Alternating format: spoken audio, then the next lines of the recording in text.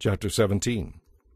Never sacrifice a sick or defective ox or sheep to the Lord your God, for he detests such gifts.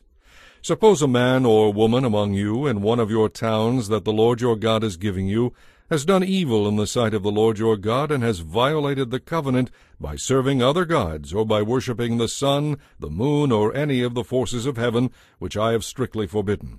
When you hear about it, investigate the matter thoroughly. If it is true that this detestable thing has been done in Israel, then that man or woman must be taken to the gates of the town and stoned to death. But never put a person to death on the testimony of only one witness. There must always be at least 2 or 3 witnesses. The witnesses must throw the first stones, and then all the people will join in. In this way you will purge all evil from among you.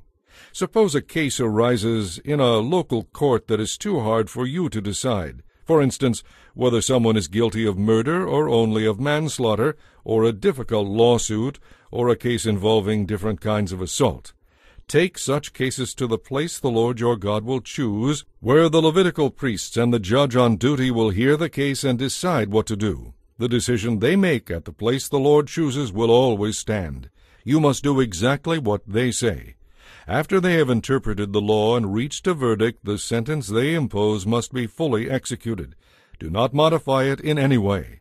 Anyone arrogant enough to reject the verdict of the judge or the priest who represents the Lord your God must be put to death. Such evil must be purged from Israel. Then everyone will hear about it and be afraid to act so arrogantly. You will soon arrive in the land the Lord your God is giving you, and you will conquer it and settle there. Then you may begin to think, we ought to have a king like the other nations around us. If this happens, be sure that you select as king the man the Lord your God chooses. You must appoint a fellow Israelite, not a foreigner. The king must not build up a large stable of horses for himself, and he must never send his people to Egypt to buy horses there, for the Lord has told you, you must never return to Egypt. The king must not take many wives for himself, because they will lead him away from the Lord, and he must not accumulate vast amounts of wealth in silver and gold for himself.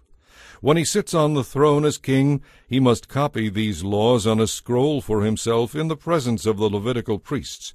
He must always keep this copy of the law with him and read it daily as long as he lives.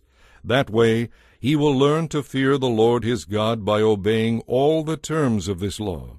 This regular reading will prevent him from becoming proud and acting as if he is above his fellow citizens. It will also prevent him from turning away from these commands in the smallest way.